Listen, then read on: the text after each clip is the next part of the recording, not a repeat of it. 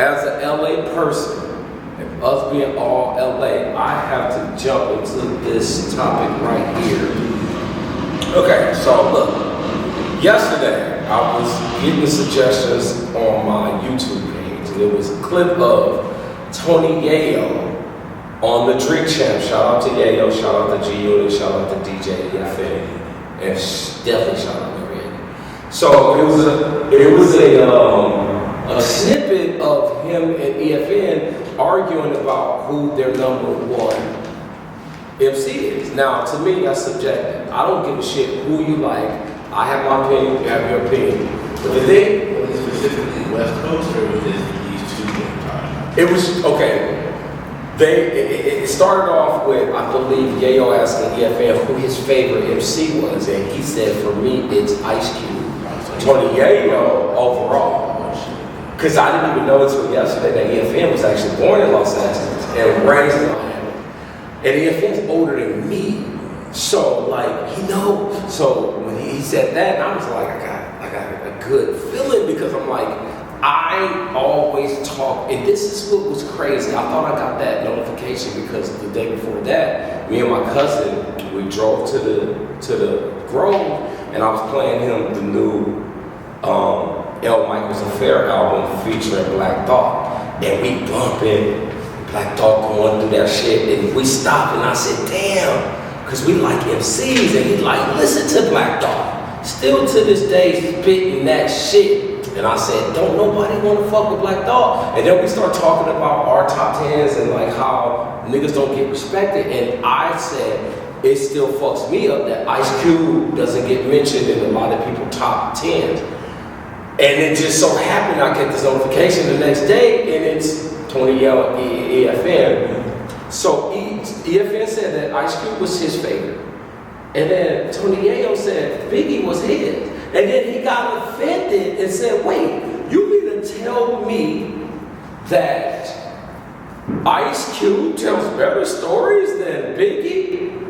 And EFN said, absolutely. So then Tony Yayo started getting real belligerent. So me, as a hip-hop historian and as a Los Angeles nigga, I said, hold on. Tony Yayo's a fucking idiot. He's a fucking idiot because if he doesn't know the whole fucking career of Ice Cube he was one of the greatest rap storytellers in the history of rap. And I'm looking at it like, hold on, you're supposed to be a hip-hop nigga. You're supposed to, whether you a East Coast nigga and you only fuck with East Coast shit, but you still should know. Because no disrespect to Biggie. I fucking love Biggie. But for me, I could never put Biggie in my top 5 greatest of all time because they only base that on potential. Don't get me wrong, for that run Biggie had, destroying, killing, classics. But we talking 2 albums. You mean to tell me you think, and like, how do we know that Biggie wouldn't have made Life After Death if he never died and then got lazy? Because we all know, without him dying, Life After Death would have been considered a classic, but not what it is. It would have never gone 10 times platinum. Probably 1.5, 2, maybe, had he not been killed. Him being killed during the week that it came out boosted the sales. We all know that.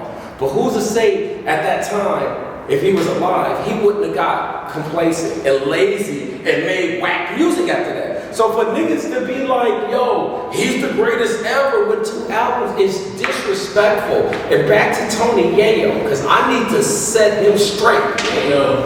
You question EFN about storytelling as if Ice Cube wasn't. Do you not know that it was a good day? That you can't. Who can't relate to that? That's a great story, right? What about My Summer Vacation? Ice Cube told a story about going out of town, taking over spots, and people representing gangs that they never, streets they never even heard of. It was an exact story of how these little Midwest and East Coast cities got taken over by drug dealers here, and it was really happening. What about jacking for beats? Ice Cube's first album was produced by the Bomb Squad, which is the fucking people who produced Public Enemy. He was such a great storyteller. He made a whole ass song where every song that was hot at that time, he jacked up for the beat and made a song about it and rapped over the beat. He even rapped over Public Enemy beat. And even if I'm down with your crew, I'll jack them too. And one more story. How to survive in South Central. He gave a booklet on how to survive in South Central, a place where it wasn't a campus fundamental. And if you niggas would have took notes, then maybe some of y'all niggas wouldn't come out here and get robbed all the time. Had you listened to the story he told. But I'm just talking shit because it's like, for you to question Ice Cube, storytelling skills, let's not forget, Ice Cube took kid fairy tale stories and made it into a song. Dickory, dickory, dock. It was 12 o'clock, Cinderella ain't home, must be giving up the cock, I don't doubt it. She is kinda freaky, of course, had a fight with Snow White, she was fucking her dwarfs. Cause she was fucking her dwarfs. Ice Cube said that. He took stories and turned it into a whole story. So for you to question Ice Cube's storytelling is asinine. You are a fucking idiot. 50. Please come get your boy. Come get your boy. And I get it. Biggie told a great story on I Got a Story to Tell. But how many of you niggas is really tying up NBA players and robbing them? And it's a great story, but can you really relate to that shit? Them stories I just said about Ice Cube, today was a good day, how to survive in South Central, today how you like me now. Nigga, we can all relate to that, because it's like, nigga, you know, it's just everyday life. So he's a fucking clown. Some of these dudes can't see past their butt. And that just upsets me, because they will really sit there and argue you down without facts. And if he had facts on Ice Cube and these songs, then you would never argue someone. You can have your opinion and be like, yeah, he's not as good as Biggie. But to question his storytelling and end this point by this, motherfucker, Ice Cube write movies. So how the fuck he wrote Friday? He wrote Barbershop. So he's an amazing storyteller. So I just had to get that off because like I had to. One more thing, Big 50. Get your boy, please. Get your boy. I had to because the disrespect of Ice Cube is gonna stop. It's gonna stop. I need you niggas to get into your hip hop history. And when you're doing top 10s, if you're not including Cube in that top 10, you don't count. That's like someone saying Joy Division is the greatest punk rock band ever. Nigga, they had one album. That's disrespecting Aerosmith. That's disrespecting Guns N' Roses, the Rolling Stones. To say somebody with such a small library is greater than someone that has decades of, it's just not fair. And I get it, you're from there, so you're gonna say that, but come on now. It's not only wild, it's wacky shit.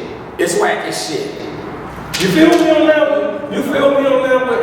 And no, It's kind of wild. it's super wild. And because I expect people, if that's your field, I expect you to be an expert in your field.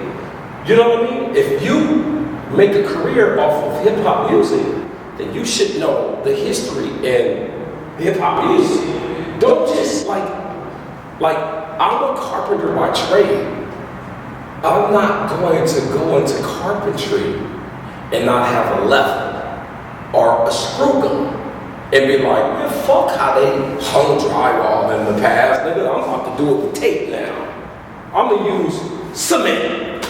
Then it's like, hold on, nigga, that's not the right way. Know your history if you are in a trend. And that's just how I feel. And I'm taking all, whatever, how niggas feel, whatever the energy is, I'm gonna match it. And that's how I feel.